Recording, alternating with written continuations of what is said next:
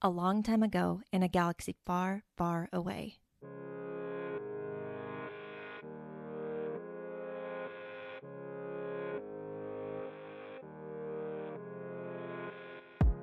You're listening to Now This Is Lit, a podcast about Star Wars books, the people who make them, and the readers who just can't get enough of them.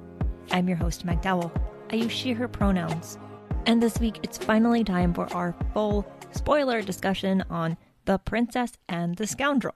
I like to wait about a month after the book comes out to do the spoiler discussions because I want to give you time to read the books and be able to listen to my conversations with people about the book without worrying about being spoiled. Everyone reads at different speeds, so I'm just giving you some time. So hopefully you've had enough time to read the book and you can listen. And if not, go read the book, come back, and then you can listen because we're going to spoil it. I'm going to say that as many times as possible so no one gets mad at me for being spoiled. Spoiler discussion. You already know Han Solo and Leia Organa fall in love over the course of the original Star Wars trilogy. But what happens after the second Death Star is no more? The fireworks die down, and the rebellion suddenly becomes the galaxy's governing force. There's a wedding, sure, but there's so much more. Here is our discussion. You've been warned. One last time. There will be spoilers.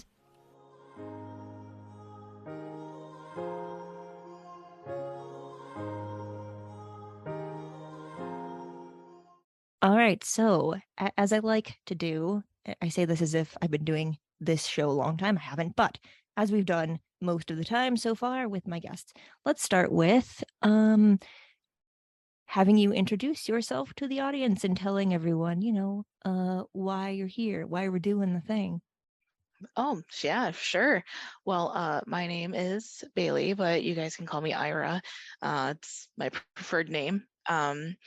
I'm here because, well, I love Star Wars, and I started following your account this year, and I didn't realize, I know I said this on one of your posts, but I didn't realize that I had been following your Instagram page, Star Wars Reviews, for so long, and that was just one of my favorite pages. I was eating it up, and so when I put the two together, I was like, oh man, gotta be friends with this chick.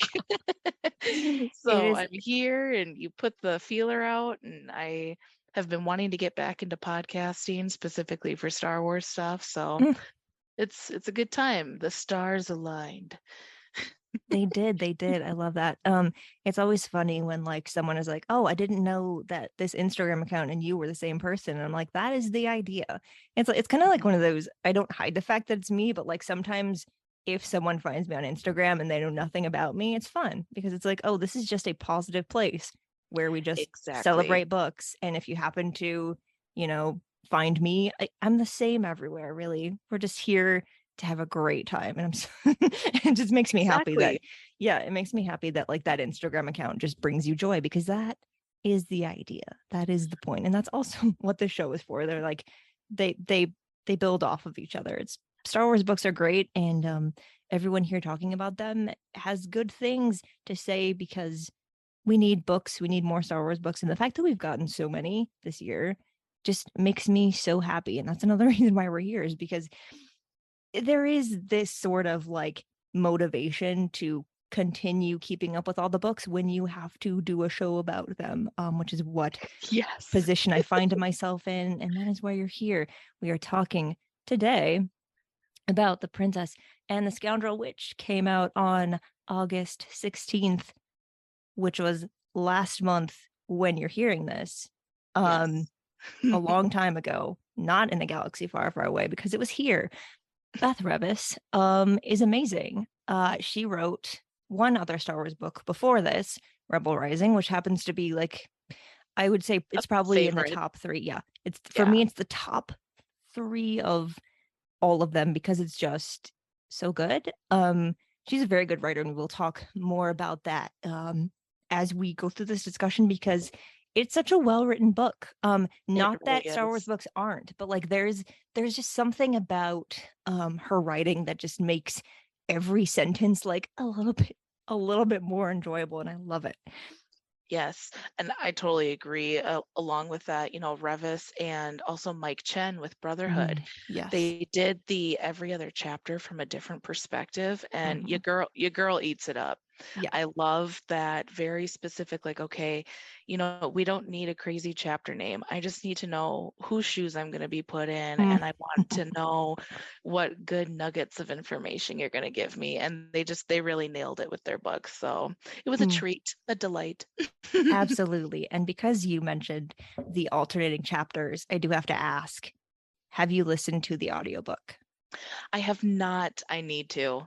Okay. Everybody has been telling me I have Yeah, to. I'm trying to decide if I want to spoil the surprise for you or not. I had to ask someone because I haven't listened to it yet, but I won't if you don't want me to. But I will say that it is it is worth listening to. All pretty much all Star Wars audiobooks are at this point. There's something about Star Wars audiobooks that's like a few levels above every other audiobook that's out there, just because the narrators are great consistently. The sound effects combined with the music. It's like you're Mm. listening to a Star Wars, which I mean you literally are. Oh, Yes, exactly. And you know what? I'm always game for a spoiler. I mean, this is a spoiler discussion, so please you know feel what? free. That is true. So the last chapter, um, every chapter before that it's alternating Han, Leia. Last chapter, both of them. So in the audiobook, they're narrating back and forth. Um, Oh, It I love is it's that. delightful. It's delightful. It's so great. So highly recommend, listen to the audiobook anyway because they're great. And this one is great too, but for that little special thing toward the end, it makes it a little even better of an experience, I will say. Well, and with it being that chapter, the last chapter being Yes. when he gives her the ring, which I Mm. know I'm sure we'll probably get there, but like, Oh, oh we my will. God, having them go back and forth for that in an audiobook, yeah, that's gonna be on my to-do list this week. Yes. Definitely worth it. Before we get too far into this because we're going deep. This is full spoilers. I know I've said it probably enough times. I said it in the intro. I said it in the post that came along with this episode, but just in case there will be spoilers. But let me begin with another question that I like to ask everyone that comes on, which is, how did you get into Star Wars books? Oh, I am excited to tell you. So, I've been a Star Wars fan for most of my life. I was introduced to the movies when I was 3. It's probably one of the first memories I remember. Mm, But growing up, yeah, I was a bit of a loner. I had friends here and there, but I remember the first time I realized they had Star Wars books. I was actually at the library and I saw Rogue Planet, the mm. the book about Obi-Wan. Oh my God. And clearly, because I love Obi-Wan, Mm, I had to read it. And that was like dipping the toe, that and Shatterpoint. Those were my mm, first 2 books that I read. After that, I read the Thrawn trilogy. I didn't really have any rhyme or reason. If I saw it, I had to read it. mm. And it was just infectious. It was my escape. I didn't care if the story was technically bad. It was just getting acquainted with my favorite characters. And my favorite characters mainly are Leia and Obi-Wan. So Mm. yeah, but I was young. I was around 7. It was shortly like after the Phantom Menace came out, and I always like kind of delved into chapter books, or I would make people read them to me. So Mm. once I got up to that reading level, I was on my own. I love that. I love everyone's like little story of, oh, this is how it happened. And for so many people, it's just, I discovered it one day and I never looked back. And that's Mhm. beautiful to me. I love it. I love it. It's the best type of gateway drug, to be honest. Yeah, it really is.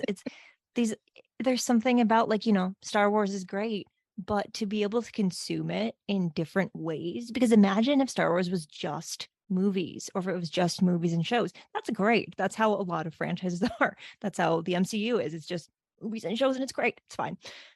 Sometimes for the most part, But the fact that Star Wars it has literally expanded because it's the expanded universe into books and comics and not just novels but reference books and all these other things. it makes it so much more accessible because there are so many different ways to consume it and different stories to tell. And you can consume the same story in different ways, like a book and an audiobook of the same story. Or if you're into comics, you can just read the comics and you can experience Star Wars and all its wonderful things.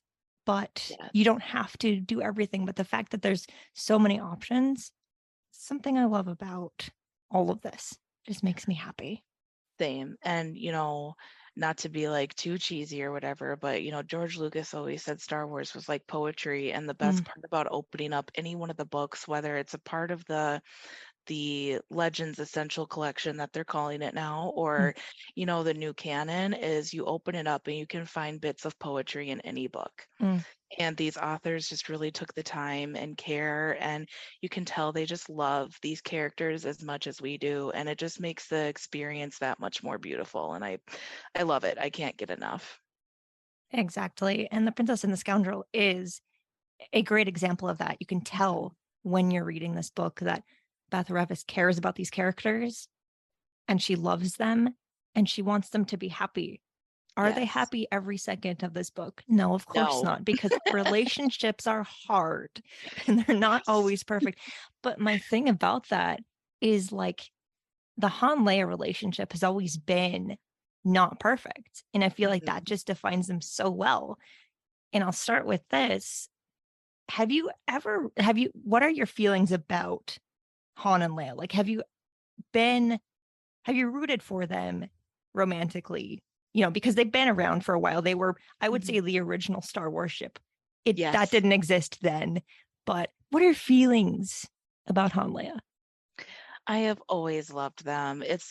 I still remember, watching A New Hope and their quick banter to each Oh. other and, listing your worshipfulness. Like, it's just those little things that always got to me, but you could tell that the connection was there. And by the time Empire came around and I was watching that, and, they just have this interesting relationship dynamic. And it could be the age gap, which I have literally zero issue with, Mm, whatever. mhm. um it's that age gap where she's younger but definitely more emotionally mature, Yeah, whereas he's got that life maturity, but he's a total scoundrel. yeah. He's a pill, he's a nerf herder. Like, and it's seeing a princess like embrace that and love that. It's so sweet and it's so Mm, endearing. And I've always loved their relationship and I've always rooted for them. And I will admit I was a little sad during the sequels when they were mm, more estranged instead of yeah. together, but Mm, I have my peace with it. So mm, that's why I love this book, because it gives us a little bit more insight as to why maybe this seemingly shaky foundation, which leads them to be estranged later, like it kind of gives you more insight to that. There's mhm. so much doubt there, so much uncertainty, but so much love. And I love that. Yeah, it really is heartbreaking because this book especially does a great job of showing like they do genuinely love each other so much. Yes. And like it's not that that's not enough. Like that's not the reason that things end up going the way that they do. It's just that that foundation that they have, the cracks that may be in that, it's not strong enough to withstand what happens later. Yeah. It's the whole basically losing a child, like it's too much. And I hate that. I hate it too, but the losing the child, that's something that even outside of the Star War, Mhm. that is a point of contention for some Yep. couples. When Yeah. something happens, it can either bring you closer together or it can draw you apart. And, Yep. we see in this book that they are so, especially Leia, she is very quick to step into her role Mm. of ambassador, leader, Yeah. senator. And Han's just like, hey, man, like we got to work on this together. Yeah. And so I think some of that stubbornness and headstrongness, I mean, you can see how things end up going the way they do. Yeah, exactly. And they're both so reluctant to change. And like so much of this book is like, it's something that we really haven't gotten in Star Wars a lot, because it makes sense why. Not that, I mean, it works so well in this book specifically because of the characters it focuses on, but like marriage is like a whole thing. Like you don't understand it until you're in it. And like they were not prepared. Like, they made the decision that they made, and it was beautiful and great for them at Yes. the time. And that dress, we need to talk about that for a second, because they just released the photo of the whole dress, the whole thing yesterday, and I want it. I can't I've been make fawning. anything. I wish if I could make that dress, I would. I can't, but oh, I wish that I could. It's the little details for me and just the flowy. She looks like an actual goddess. Yeah. She just looks so beautiful. Like I can't stand it. Like I would wife her too. It's fine. But you're right. They did make a snap decision. I mean, all throughout the book, they're very clear about the timeline. He is barely out of carbonite, and all of Yeah. a sudden he's like, I need to be with this woman. She Mhm. waited for me for a year. I have to marry her. Mm. It was almost like the force compelled him without him realizing it. Yeah. Oh, I never thought about it like that. I like that. My own little spin. I like it. Yeah, they did make this decision so fast, and part of it was, they're celebrating. The war is not like over, but like it's gonna be over. There's the whole like, everything is great, everything is gonna be okay. Let's get married. I mean, that's literally pretty much how it happens. And I love that proposal. Like it's so them, Yes. it's just like that's kind of how it had to happen. It couldn't have happened any other way. Well, and I think for Han, he was in Carbonite and he Mhm. obviously has a lot to unpack there. Like, and that's another thing is I don't think either of them ever got the chance to fully cope, unpack, Mhm. and heal from their own traumas Yeah. before essentially becoming trauma bonded and married. Mm, And, yeah. for him to have lost a year of his life, I think that that put things in perspective for him. Mm, I mean, nobody ever looks at Han and is like, he's the type to settle down. yeah. Nobody thinks that, but having something like that happen will really change a person. And it's really sweet to see that softer side of Han. It is.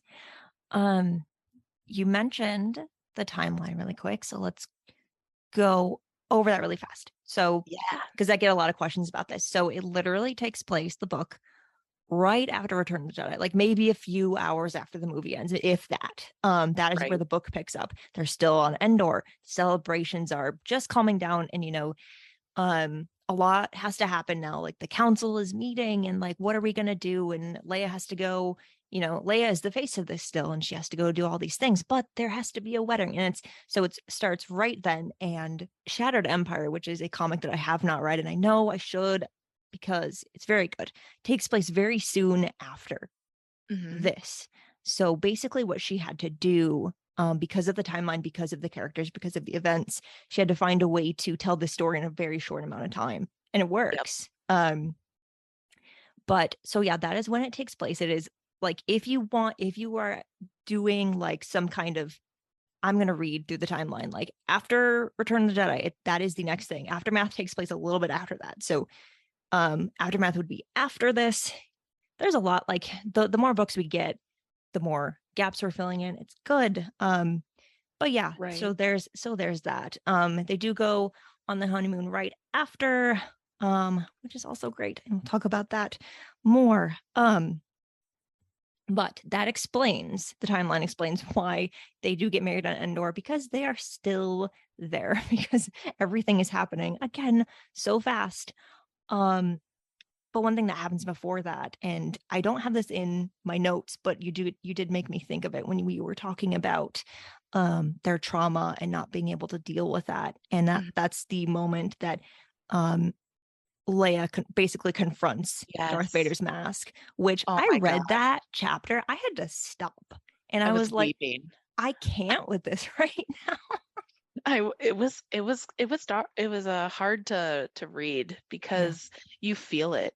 Yeah. You can feel everything between the atmosphere, her pulse racing, and then you can almost feel the way her throat would fall into her stomach upon Mm, stumbling upon Vader's mask. yeah. You can feel it.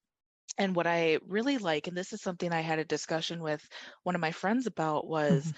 if you've read the EU Hmm. pre-Disney, if you've read any of the books where Leia talks about Vader, Hmm. she's willing to forgive him. Hmm. And something that is interesting is that in this new canon, they have made it so that there is no room for forgiveness. Hmm. And I think it's a really interesting character contrast while also fitting the character of Leia Yeah. because of how headstrong she is. Mm. But that moment really, it's heavy. It's very heavy. Yeah. I mean, I can't imagine. And it's so well written. You're just like there with her in the moment. Hmm. Um, like again with the timeline, she has just learned this information. She has just learned that she's related to Vader. Like, so this is still barely sinking in for her, which is which is so heartbreaking because how do you even comprehend the fact that your father is Darth Vader? I mean, we've seen Right. Luke try to deal with this. We've seen, Leia try to deal with this in a different capacity. And like this is her moment of like trying to come to terms with that and just not Yeah. being able to. And she's like, nope, nope, this is not okay. I can't accept this. Which is really, it was a surprising thing to me because you're right, in Legends it's not that way. And so here she's basically saying like, I could forgive you. You are gone, so I could just let it go. I'm not going to. Um and it's a great connection to Bloodline also. Have you read that one? Yes. Yeah, I love Bloodline. so Love good. it. It's so good. And a lot of that, if you haven't read it, is not so much her dealing with that legacy, and that's a huge part of it, but what happens when everyone finds out that connection. It's very interesting. It's very good. The more Leia content we get, the more I'm like, I Gimme. need more somehow. Like Yes. we've seen her throughout so much of her life, but somehow it's still not enough. I mean, like we got more, we got even more um way earlier on with Kenobi, which I didn't see that coming, but like I'm not mad about it. Oh yeah, no. That was a it was a surprise to be sure, but a Mm, welcome one. exactly. I not to like get too far off of, what, we can go off the rails, it's fine. But like the fact that like we knew we were gonna see Luke Skywalker, so we thought, and we were led to believe it was gonna go in that direction. And the fact that it went the exact opposite and Leia is the one basically that we're trying to protect the whole time, I'm like, this is exactly what I needed and wanted and didn't even know it was possible. And the thing is, yes, there's obviously going to be that connection to Luke. And you see Obi-Wan struggle with that early Mhm. where he's like, I don't want to leave Luke. And when Bail was like, but what about Leia? Mm, Like she is just as important. They are twins. And mm. isn't Leia technically older? Like, Yeah. like she came first anyways. Like, come on now.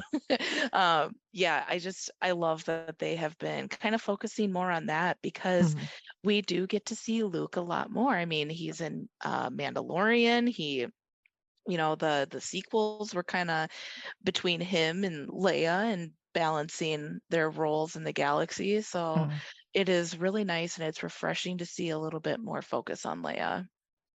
It is. And speaking of that and Luke and so much of the focus being on him a lot of the time, which is not always a bad thing, Hmm. he's not in this book that much.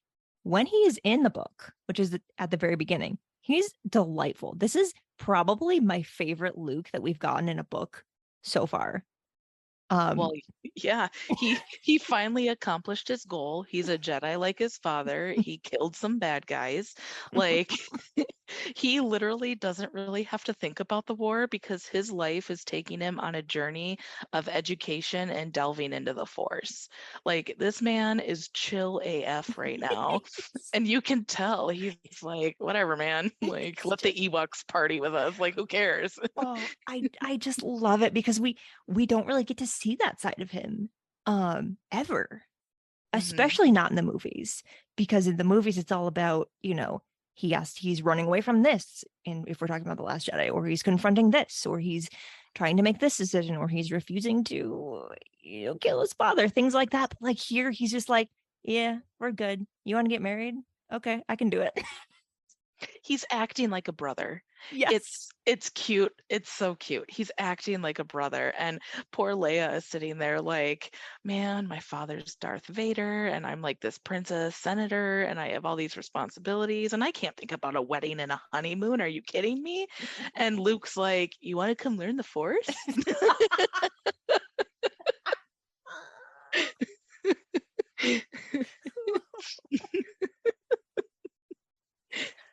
Oh, Luke has never been like my favorite character. I mean, he's Luke Skywalker, but Right. this book, I'm just like, I want more. There's a lot of types of relationships we don't get a lot in Star Wars, and sibling just like chill back and forth is one of those.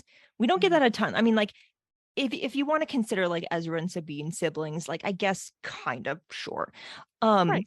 but like the Luke and Leia dynamic, and them just kind of like, getting to know each other and kind of chilling, and we don't get that a lot. And so the fact that we kind of got that here, it made me happy. It did. And like that was only a very small part of the book, but like I'm so glad it had to be there. You Right. had to have this like moment of like, oh, remember we're celebrating, but also now we're doing a wedding, everything is fine. And then you transition into the other stuff. And I'm glad it didn't just like begin with the wedding and then go straight to the honeymoon. Like there was all this that had to happen before. And it's just so good. I Yes. read through the beginning so fast, and like I almost wish that I could have taken more time with it, because it's not the biggest part of the book, but I think it's the Mhm. most impactful in terms of like you're seeing all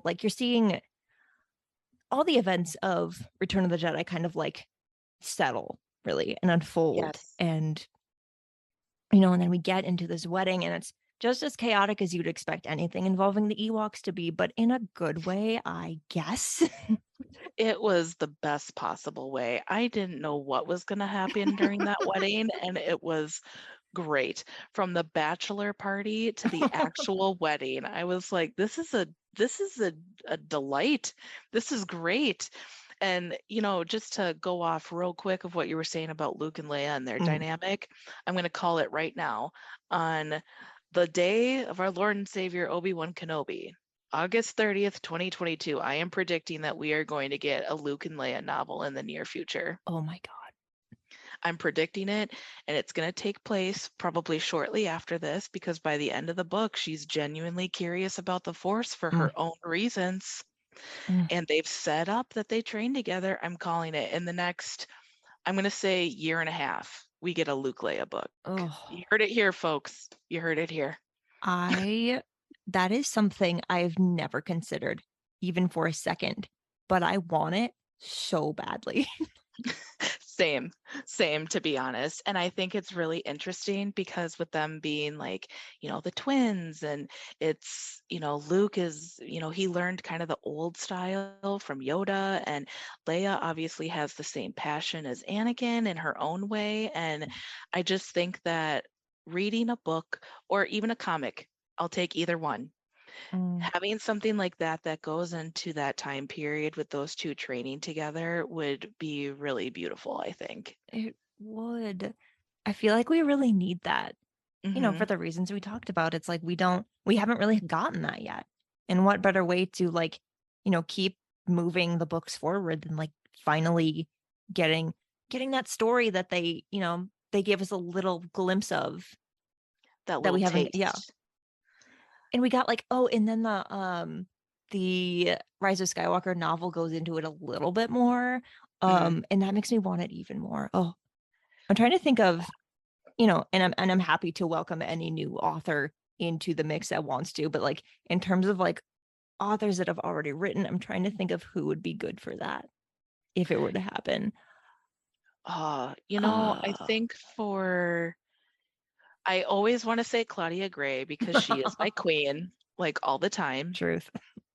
Beth Revis, I love her writing. You know what I actually wouldn't mind. I mean, maybe almost like an author team up. There's just so Oh, many people that I would want oh, in on these perspectives. Like, uh, yeah, I don't know if I could choose just one right now. mm, But I'm gonna be thinking about it for a while, and you'll probably get a tweet from me like, "This would be the perfect author." oh, I'm ready for it. I need it. Yeah, so whoever may be listening to this who has the power to make these things happen. I'm not telling you what to do, but like the people want it. And by the people I mean two of us. Hey, If there's two, there might be more. I guarantee it. You're gonna just like Men's Warehouse. I guarantee it. Sorry, I will always make bad jokes. I am Oh, unapologetic about it. I'm not even mad about it. Excellent. Since we were talking about the Ewoks, I thought it Mm, would be actually interesting to talk a little bit just in depth about like the ceremony for sure, just a mhm, little bit, and like the Ewok involvement and how they're so scampy. mhm. Like they just take over. Yep. It's delightful. They're like, no, I'm the chief and I'm going to stand here. And no, Luke cannot officiate your wedding. And Han's just like, can anybody do anything? Like, he's like, they took my bachelor party. They're not taking Uh, my wedding too. oh, I love it because then it's like, no, no, no, you don't understand. There's this tree. We can't explain it to you. You just have to experience this, but we have to be here. You have to be facilitating this.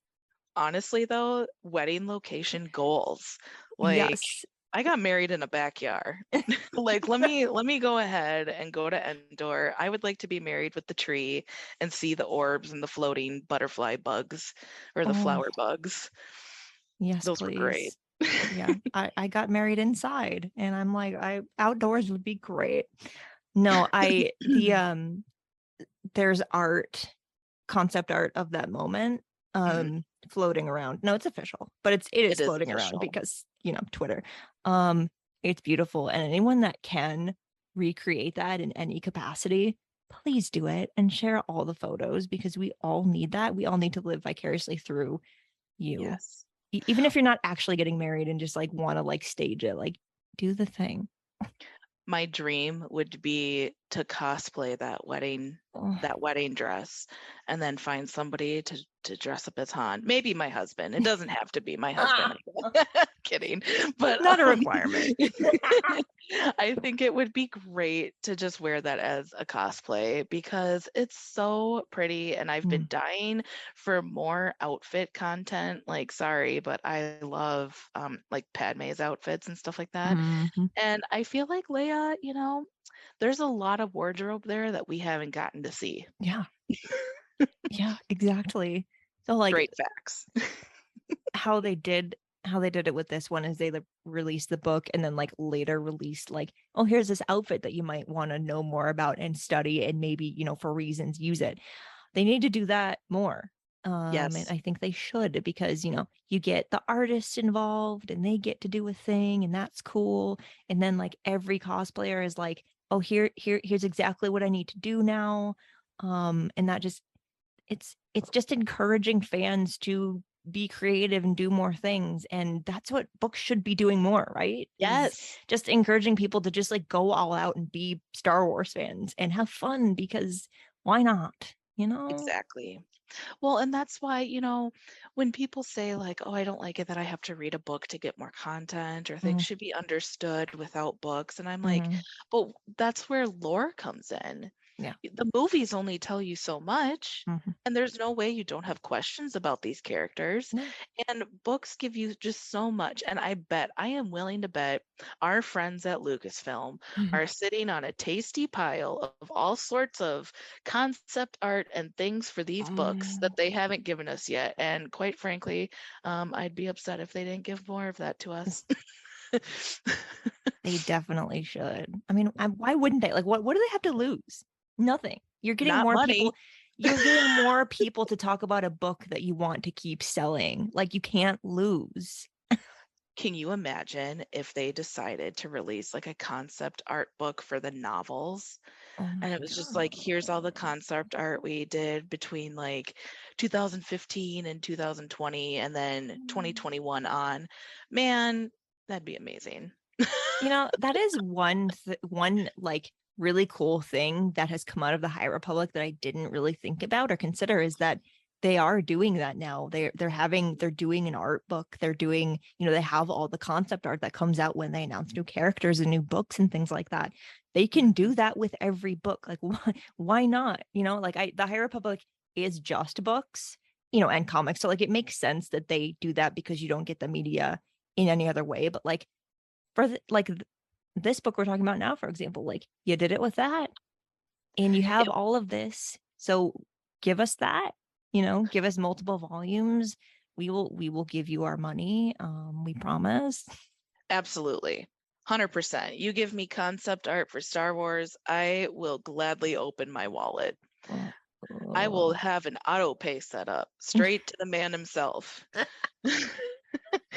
Like, I don't even care.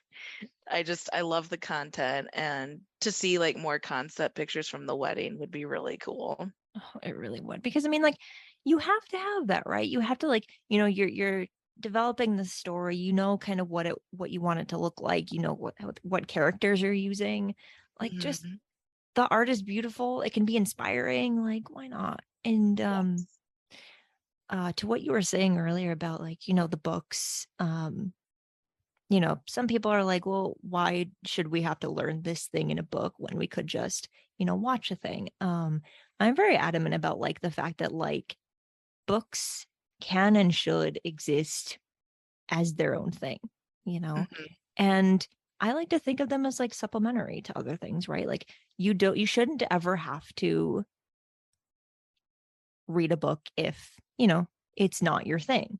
No one's telling you that you have to, but like, there are rewards to doing that. There are Exactly. rewards to reading Princess and the Scoundrel. Like, you're not going to get the wedding anywhere else. And the thing is, like, even I sometimes can't like sit and read a physical book. I love turning physical pages. I love it, but like sometimes, it's not a good focus day, or like I'm too overwhelmed. I don't want to do that. Audiobooks are Amen. there if you want to Yeah, listen, because that counts as reading. It counts.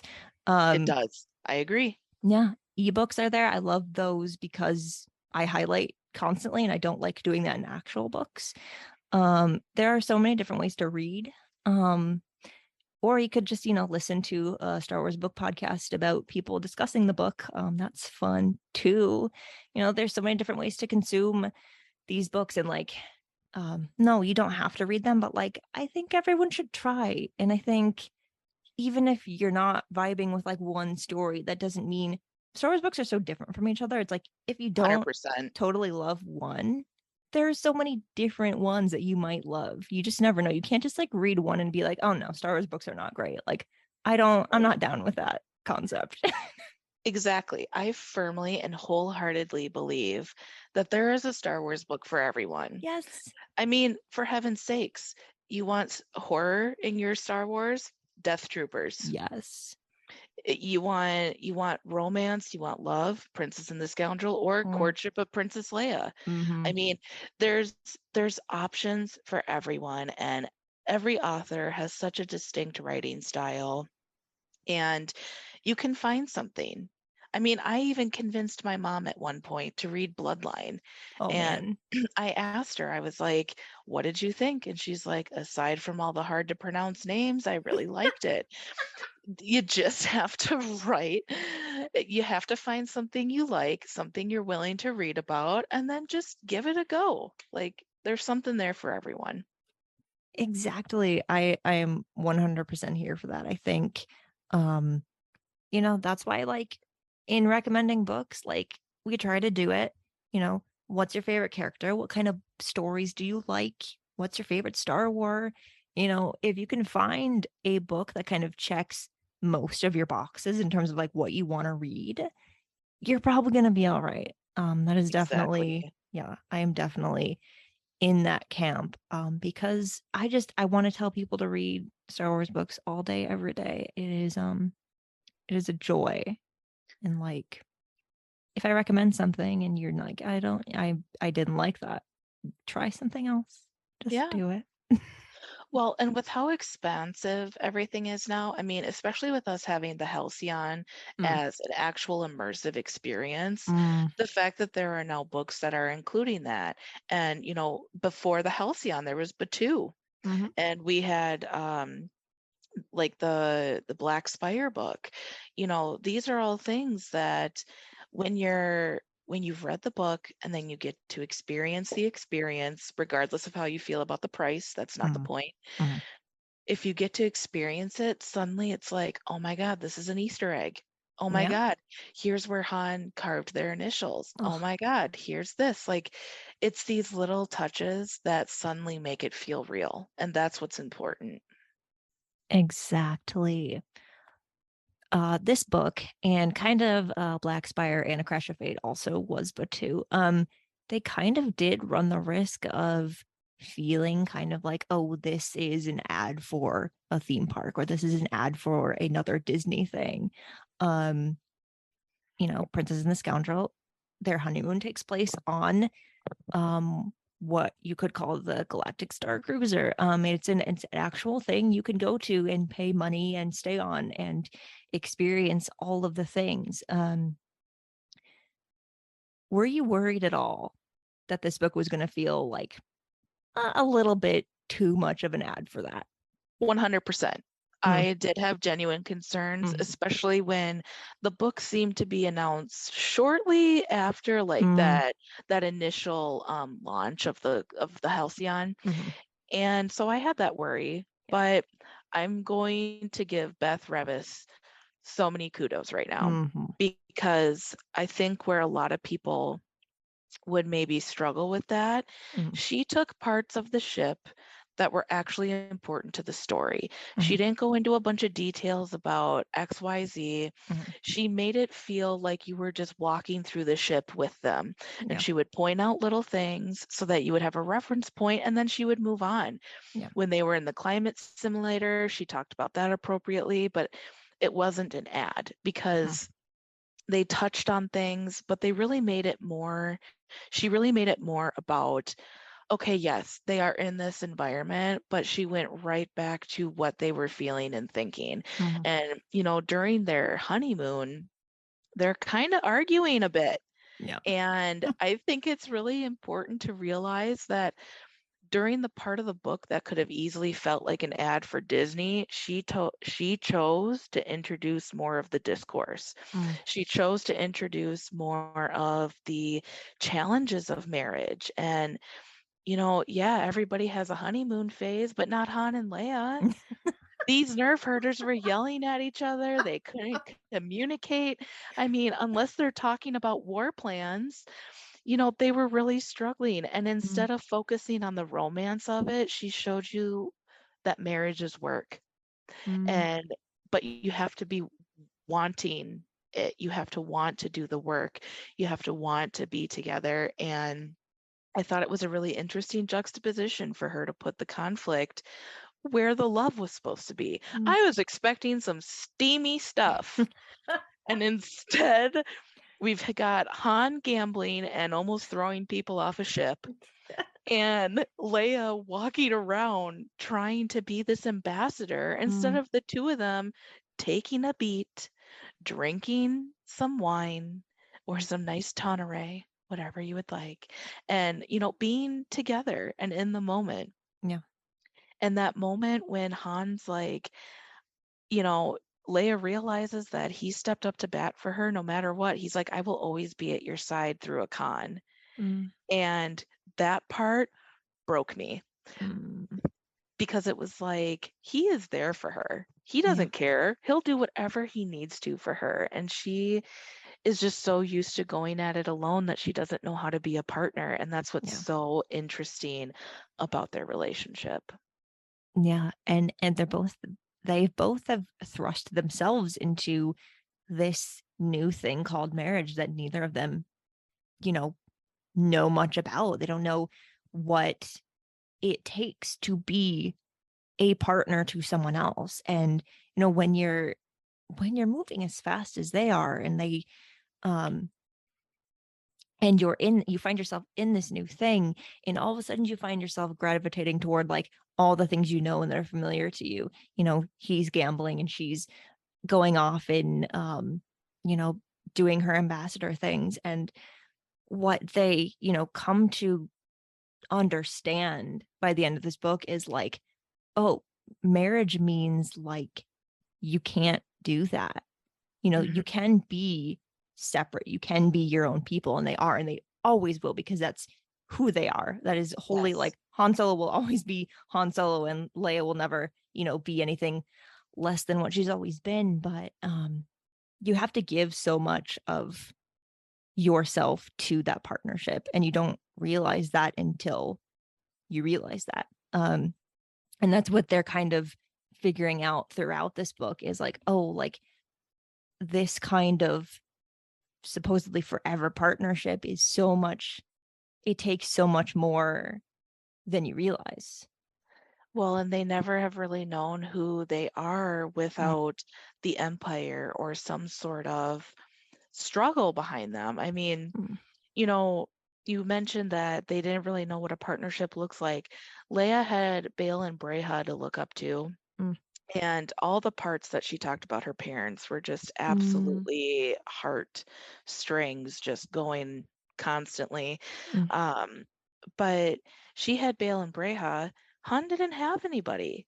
He Yeah. doesn't know what it looks like. He's literally winging it. He's doing the best he can. Mm, And I think that there's like this doubt that both of them feel, and mm, that uncertainty of like, well, what would we have even been in this position if it hadn't been for XYZ? And it's like, obviously not, but you're here and something brought you together, mm, and learning to work through those differences and figure out how you can be a pair despite being your own people is so important. mm, So I don't know, I loved that. And I loved that by the time they got to their destination from the Halcyon, it's like they needed that little fight. They needed yeah. that little fight on the ship to reorient them and put their feet on the ground running when they landed. Yeah. And like, I just like all of Star Wars, like, conflict isn't great, but like being shoved into it and having to work through it, it like forces you to know yourself, know Mhm. what you stand for, know where you want to go. As hard as it is to be in any kind of fight, that's kind of sometimes how it has to be. Right. And sometimes it's in those arguments that you say what you really need to say, Mm. hopefully not mean, but Right. in that moment you finally say, just listen to me, this is what I am trying to say and you are Yeah, not seeing that. And for Leia, I think she needed to see that, and I think Han needed to be able to say that. absolutely. And your ship is going somewhere, but you're also stuck on it. So like, you're kind of forced to slow down and kind of have those conversations, have those Yes. arguments, figure things out. This was so well done. Like, there was no point throughout this book where, like, even in the quieter quote unquote moments, it never felt like it was dragging. I felt like the pacing was always exactly what it needed to be. Yeah. And also, like, when they were arguing, when they were having these fights, like, again, kind of like with the Vader scene with the wedding, you feel like you're there. I could feel the tension in the Mm, air, especially when he was finally like, just be with me. mm, Excuse me. When he was just begging her for attention. And it's like, mm, oh my God, you can feel just that heaviness, the air there, and you're standing there like, oh my gosh, yeah. how is she gonna react? Like, oh my God. And it's just so wonderfully written. And the book just has so many good beats to it. Yeah. And like you said, I didn't even realize I was halfway done with the book by by the time I had been reading for a couple hours. I was like, "Oh, I guess we're just doing this in one sitting then." I Oh couldn't yeah. put it down. Yeah. It was that good. And I don't think there could have been a better person to write this book. I really think the author choice was perfect. I think um they knew who they were, they knew what they were asking, and they knew who they were asking, and it all worked out perfectly. I just, as I look back at everything that happens in this book, I'm like, she gets it. Beth Mm-hmm. Revis gets Star Wars. She understands these characters. She Yes. understands different relationship dynamics and the roadblocks that you can hit. And like, what it really means to love someone despite, Them things being not always being scruffy great. looking. Yeah, Yes. exactly. Yes. Scruffy looking nerf herders. They're not perfect. Yeah. Like, and did you see she had posted a TikTok that while she was talking about her book and braiding her hair, she was talking about hope. And Mm. I love that when authors truly understand the underlying themes of Star Wars, you see it throughout their books. You see Mm. it in their writing. And even when they finally arrive, the planet, I'm skipping on the name right now. I can't remember the name of the planet they landed on. I'm so bad at planet names. You're Yeah, asking the wrong person. and I don't even have the book by me right now. But when they finally land and get there, she knows how to change the tone. Mm. And even though it feels like destruction of this planet is imminent, there's Mm. literally a drill in their ocean, and nobody wants to talk about Oh the God. drill in the ocean. But there's still that feeling of hope. And I think it's really important that you recognize that, like, in her writing, she can write this impending doom while still making it seem like, nah, things are going to come together. It'll be okay. Like, everything will be fine, right? And Yeah. I just love that she understands that. And it really makes the conflict at the end of the book, when the Empire is finally involved, that much more uh, tense, and Yeah. just you're on the edge of your seat wondering what's going to happen. Yeah. And I think she even says it at one point, it's like the war's supposed to be over, the empire's supposed to be gone. But the reality is, like, it takes a while for Yeah, them to really be gone. And of course, even then we know they're not really, because there's somehow. all kinds of things happening in these unknown Right, regions that we've never seen before. It's fine. But right. there's there's hope in them knowing that this conflict will eventually be resolved, even in this moment when they're realizing, oh, like the empire is still hanging on, like we've Mhm. defeated them, but not really. And that reminds me of, like, the small part that Lando had too. Yeah. He was very passionate. He was like, you can't sit here and act like they aren't going after these resources. Like, Yeah. it was interesting to see that little bit of, like, passion come out of Lando as Yeah. well. I love what she did with the characters, Han, Leia, Lando, even Chewie, Mon Mothma. Mm. It just good stuff. She really understands. Mm. Oh, I love that Mon Moth was in this book. Me too. I I I've always loved her character, and like, of course, she has a very, very small part in Return of the Jedi when she's first introduced, and we got more of her story in Legends, and of course that's Legends now, so we're forming a new timeline after Return of the Jedi, so to speak. She was in this book. She is the one who had to kind of like really push Leia to go on this honeymoon, which is hilarious because like I feel like it was like one of my friends talking to me and be like, please go on vacation and stop staring at your screen. 100%. 100%. And Leia still finds a way to work. And Mon is like, bro, come on. Come on. I literally told you to take a vacation, and you somehow sidelined an entire Star Cruiser to do Oh. what you needed. And it just, yeah, I can only imagine how exhausting it is trying to rein Leia in.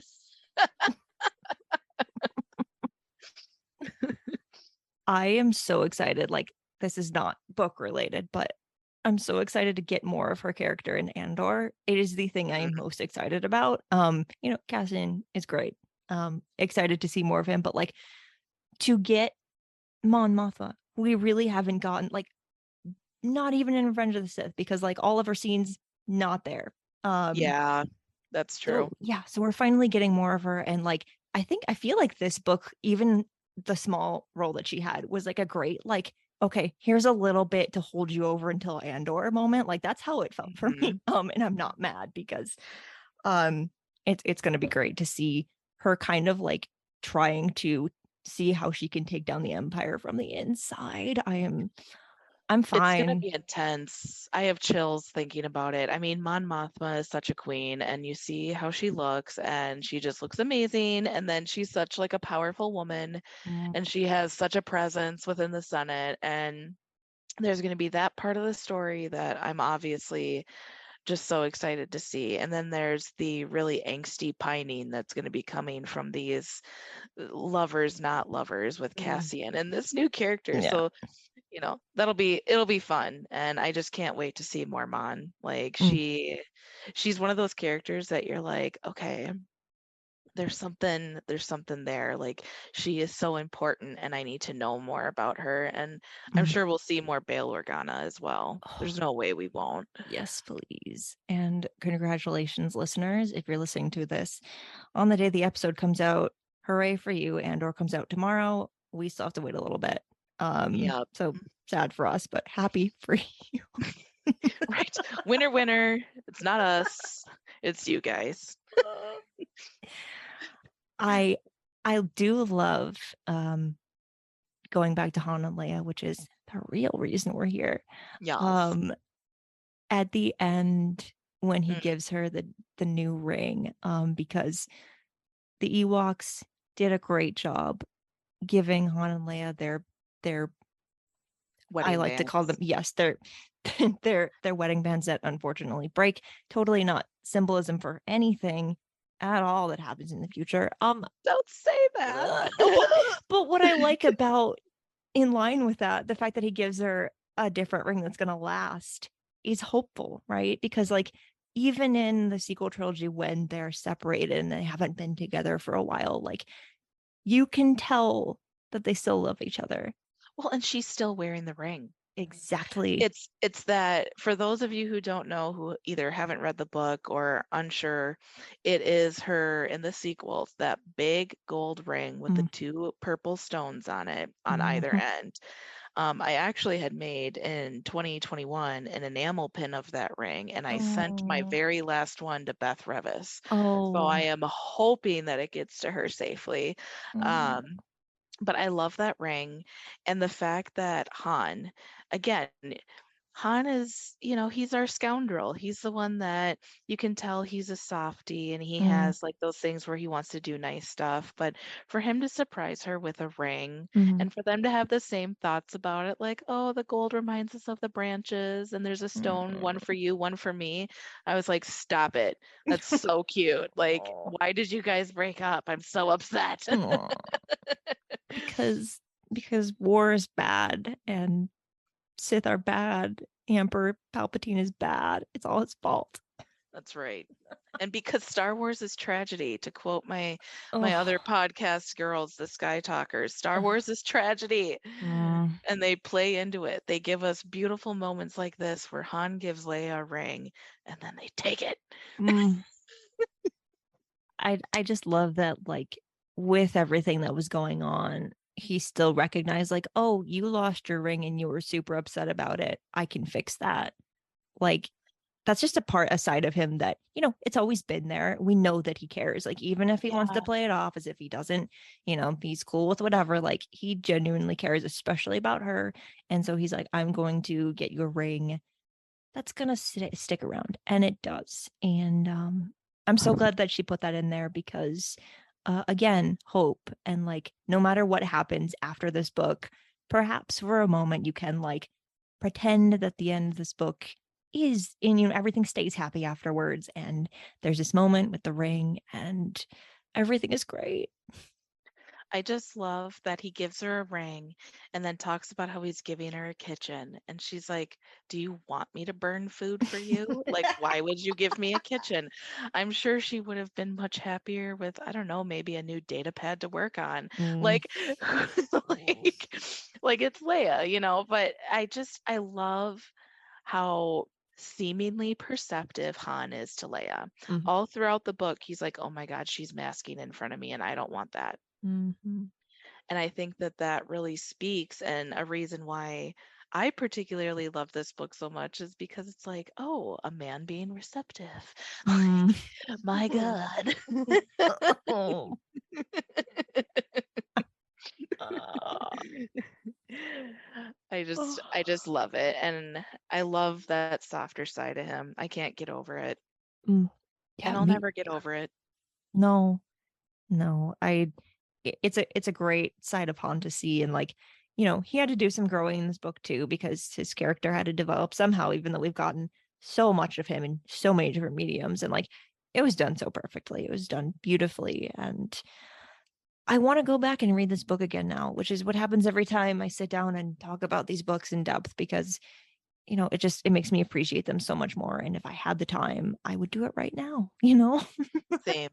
Honestly, same. I mean, currently right now my daughter is sleeping on me, so that Oh, that tells you got to multitask, and she doesn't always let me read. So oh, having the discussions is always nice until I can crack into the book again, because mm, it's just something about holding the pages and absorbing the story again when you've already read it and maybe yeah, catch something new. mm. That's the best part of a reread. It is. It is. It's those little things that you're like, oh, I didn't know at the time that was referencing something that happens later, but there it is. I get it now. I love books so much. Me too. And I like looking at them. And I love that they've been stepping up their game with the cover art. I mean, I will Oh, say that Star Wars books and cover art has always been like pretty iconic. But mhm. like the way they've been doing the cover art for their canon books, I'm like, man, give me more. Give me posters of all of it. Yes, please. Yeah, if you do like posters and book covers, a lot of times, not every time, but if you're willing to spring for the Barnes and Noble edition, which like I know, not everyone is, they do usually have posters that go along with it. They're not big, they're little ones, but like they're there. I think, yeah, there was a special edition for this one and it had this poster and it's so good and it's somewhere. Where is it? I want to put it on my wall. The poster's so good because you've It, got like the cover on one side and then Han and Leia from Return of the Jedi, like the live yes. action on the other. Oh, Oh, it was so worth it. And honestly, the Barnes and Noble, if you catch the pre-sale price, it's not mm, too bad. They mm, usually bring the hardcovers down to like 21, $22. yeah. So not horrible and better than supporting Amazon.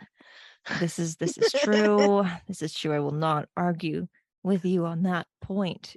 Um, one more question, and it's Yes. possibly the most important question of all. Based on Star Wars, all the Star Wars stories we've gotten, and whatever Star Wars romance means, compared to what you may think of as a romance book in general, is The Princess and the Scoundrel a romance novel? I've been thinking about this since I saw the talking points, and I've been thinking about what I was going to say. And here I am, and I'm still on the fence Mhm, because is it a romance novel? Absolutely. mhm. Why? Because it's talking about marriage. You're Yeah. really getting to see the inner focus and feelings. Mhm. But in the traditional sense of a romance novel, I mean, I think that it doesn't weigh so heavy on like the pining and Yeah. the overt lovey-dovey, except for Mhm. the wedding, obviously Yeah. that Yeah. was appropriate, but I think it is the best mix of romance and you could call it adventure. Mhm. So I would put it under both. Yeah. Put it under a little bit of this, a little bit of that, put it all together, and you got yourself a great book. Yeah. I love that. It's hard because like I think I almost want to say because I've been trying to figure this out too, and I haven't really totally decided yet because of course people keep asking me, is this a romance book? And then I'm like, is my answer going to stop you from reading it? Because if so, I don't know if I want to if I want to say it. But Right. yeah, but I think in terms of like whatever form of romance you're going to get in Star Wars, I think this is it. I This is think, Star yeah, Wars romance. this is what you would 100%. consider to be a romance novel set in the Star Wars universe. You're never going to get, Smut. yes. You're not going to get that in Star. I was like, what words am I using here? It's just like it's just we've all accepted it, right? Like Star Wars is just it's its own thing, and it's going to portray romance in a specific way. It's always been that way. It's not going to change. But Hey, they had some light skinny dipping. Come on, it was a you little know, saucy. that's true. Like I mean, I'm not saying I'm mad about it. Look, if you want real, like, kind of borderline, the High Republic is where it's at. They talk about Jedi having sex all the time. They really It's do. wonderful. They It's really wonderful. do. And you know what? Honestly, Yeah. if the Jedi would have had more sex in the prequel era, I think a lot of problems could have been solved. Listen, isn't that the entire point of the High Republic? I'm pretty sure that is the thesis. Because in the prequels, it's not that way. How did we get there? We've yet to find out, but I want to know who to blame. Who said no more passion? Because they were wrong.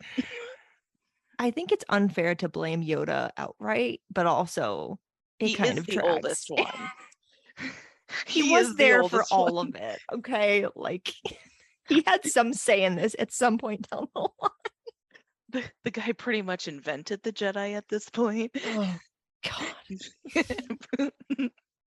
Kidding, of course. Don't flame us, guys. Hashtag it's all Yoda's fault. Sure.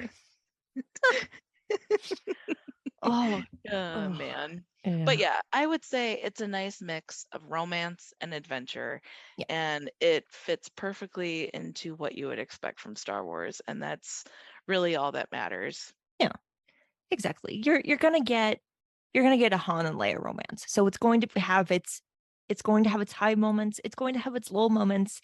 You know where it's going. That's how these stories work.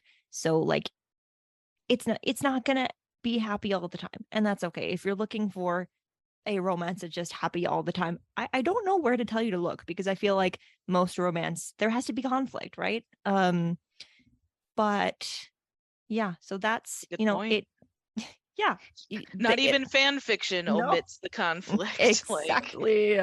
Yeah, I mean, if you're really looking for Star Wars romance, that's where you got to go. I mean, AO3, guys, AO3. we're gonna do a whole episode on just diving into that at some point, and I haven't decided exactly who I'm going to have on for that, but it's going to be wild. I'm going to have a couple people on. It's going to be a whole thing. Oh my gosh, a round table. Yeah, it's going to be, I mean, because fan fiction is great. It's important, and it's a great place to go if you really just need some straight romance that happens to feature Star Wars characters. Exactly. If you are looking for your traditional romance, there you go. May I point you in this direction? Shout out to fan fiction writers. You're the best. 100%. Oh, I love you all so much. All right. This book is fantastic. I hope that in us talking about all of the things that if you haven't read it yet, I mean, you've been spoiled, but if that's like okay with you and you've made it this far and you haven't read it and you still want to, please do that, because it's so good, and there's so much that we didn't get to talk about, that we didn't touch on, that is also great. We skipped over like the whole time where they're on the planet, and it's all great. Yeah, it's amazing. It just, I got caught up in other stuff. I could have talked about Ewoks for half an hour. It's just, there's so much in that book. And unless you want to have like a 3-hour podcast episode, chunk it. As the designated editor of this podcast, I would like to not do that. You're like, that's a big nope from me.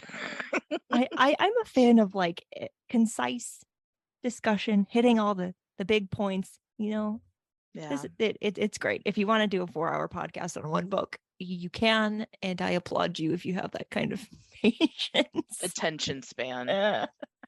Yes. Any other thoughts, declarations, opinions about this fantastic book that everyone should read? I think my main last thought is just that I love Beth Revis, and I love what she has brought to the Star Wars continuity. and I am excited to see what else she brings us. And Mm. I'm hoping she gets to bring us more. Yeah. Yeah. I will just say I am looking forward to whatever is next for her in Star Wars. You know, we waited a while to get her second one. We will see. We will see what's next. I'm very much looking forward to it. Me too. Yeah. All right. This has been great. And I want to give you the chance before I forget, because once again, I did not put this in my notes. If you want the people to find you on the internet, you know, sometimes you don't. Where can you be found? Where are you talking about Star Wars? Well, I've got an Instagram. You can find me at Spark of Hope Pins. Hmm. It is a private Instagram, but if you request me, I will accept. Let's be real. And then my Twitter handle is at Darth Iravox, which is IRAVOX. I have had that name since 2010. Wow. It was my first Star Wars The Old Republic character. Her Oh name my was God. Iravox, and she was a total badass. So yeah, Darth Iravox on Twitter. That's probably where I'm the most active. Oh, and the same thing for TikTok. My TikTok is pretty great. Not really, but it's enjoyable. I have not. I can't let myself go onto TikTok because I'm afraid that once I do, I just won't be able to stop. But you know what? There are so many great people on there, such as yourself. So I'll have Just to. I'll I'm gonna have say to. this once. Do it. There you Everyone go. says I have to. I guess I'll give into the peer pressure. I gotta do it. I gotta do it. I'll give TikTok some book content. Why not? Oh my God, Sure. yes. Oh, well, so who has the time? I guess me. We'll figure it out. I'm here for it. Thank you so much for doing this. This has been delightful. Yeah, thank you so much for having me. This has been wonderful, and anytime you want me to come back, I will read the book and I will be here. Oh, I will definitely have to have you back. Yay.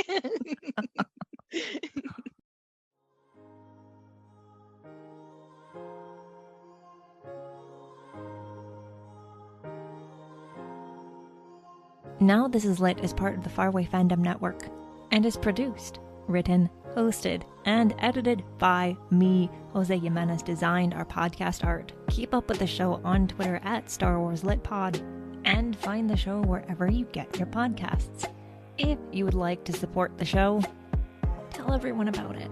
Word of mouth matters. For more Star Wars book reviews and book celebration, follow Star Wars book reviews on Instagram. We also have a newsletter. It's linked, usually, if not always, in the show notes. If you want to subscribe, do that. I only send it to you once a week at most. I'm not going to spam you. And if it grows enough, you can pay me. Not yet, but like, if ever you want to do that, we'll get there. We'll see, because, you know, creating things is fun, and I'm happy to offer free things. But you know what's also great? Dollars. Is that how we're going to end this? I guess it is.